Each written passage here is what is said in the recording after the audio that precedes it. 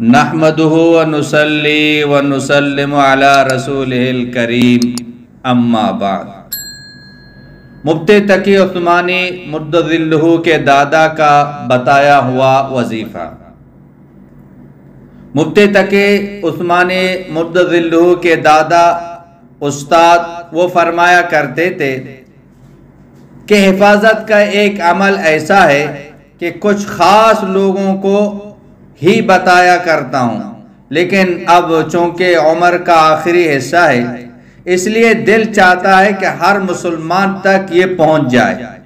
اس کی تائید حضرت مفتی ولی حسن ٹونکی صاحب رحمہ اللہ نے بھی کی تھی اور یہ عمل کیا کرتے تھے۔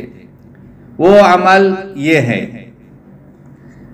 اعوذ باللہ من الشیطان الرجیم 3 مرتبہ، بسم اللہ الرحمن الرحیم 3 مرتبہ، اعوذ بکلمات اللہ التامات من شر ما خلق 3 مرتبہ، پھر بسم اللہ الرحمن الرحیم قل هو اللہ احد پوری سورت 1 مرتبہ، پھر بسم اللہ الرحمن الرحیم، پھر سورہ اخلاص قل هو اللہ احد 1 مرتبہ، پھر بسم اللہ الرحمن الرحیم اور تیسری مرتبہ پھر سورہ اخلاص یعنی قل هو اللہ پڑھے، یعنی 3 مرتبہ سورہ اخلاص قل هو اللہ بسم اللہ کے ساتھ پڑھیں۔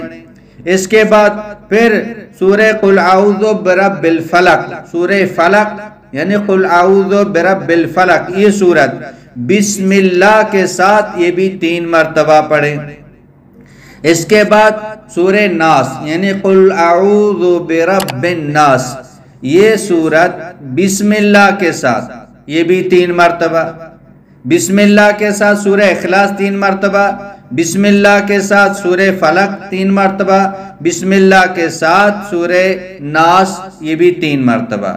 اس کے بعد فاللہ خیر حافظا وہو ارحم الراحمین یہ بھی 3 مرتبہ پڑھیں۔